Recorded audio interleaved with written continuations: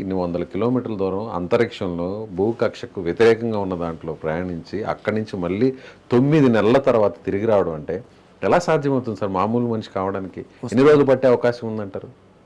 అదే మీరు ఆ 1 డేలో వస్తున్నారు కదా, 18 బయలుదేరి 19కి దిగారు. వచ్చేసారు మామూలు మనిషి అవ్వడానికి.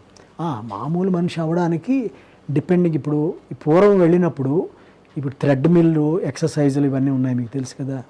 నడవడము, తర్వాత కొన్ని పుల్అప్స్ తీయడానికి కొన్ని బస్కీలు అంటారు మన తెలుగులో, బస్కీలు, అలాంటివన్నీ కొన్ని అరేంజ్మెంట్స్ చేశారు.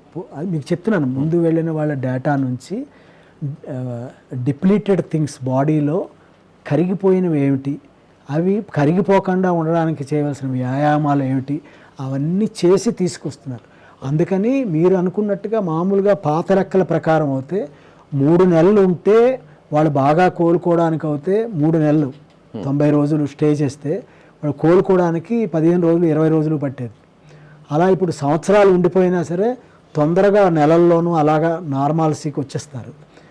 బట్ రీగెయిన్ ఈ బోన్ స్ట్రెంగ్త్ డెన్సిటీ పడిపోతుంది చూసారా, బోన్ స్ట్రెంగ్త్ రావడానికి మటుకు కొంచెం టైం పడుతుంది.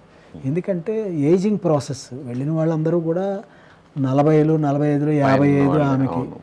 సో జనరల్ వీక్నెస్ అనేది ఒకటి ఉంటుంది అండి, ఆడవాళ్ళకున్న వాళ్ళ ప్రాబ్లమ్స్ వాళ్ళ వీక్నెస్ వాళ్ళతో ఉంటాయి.